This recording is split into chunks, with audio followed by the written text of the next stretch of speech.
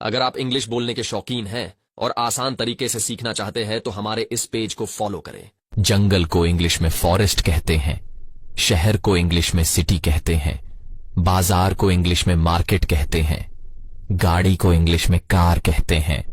पहाड़ को इंग्लिश में माउंटेन कहते हैं, खिलौना को इंग्लिश में टॉय कहते हैं, चम्मच को इंग्लिश में स्पून कहते हैं, छत को इंग्लिश में रूफ कहते हैं, दरवाजा को इंग्लिश में डोर कहते हैं, गाना को इंग्लिश में सॉन्ग कहते हैं, तस्वीर को इंग्लिश में पिक्चर कहते हैं, खेल को इंग्लिश में गेम कहते हैं, जबान को इंग्लिश में लैंग्वेज कहते हैं, हंसना को इंग्लिश में लॉग कहते हैं, रोना को इंग्लिश में क्राई कहते हैं, काम को इंग्लिश में वर्क कहते हैं, मौत को इंग्लिश में डेथ कहते हैं, जश्न को इंग्लिश में सेलिब्रेशन कहते हैं, सफर को इंग्लिश में जर्नी कहते हैं, नेकी को इंग्लिश में गुडनेस कहते हैं, दुख को इंग्लिश में सॉरो कहते हैं, खुशी को इंग्लिश में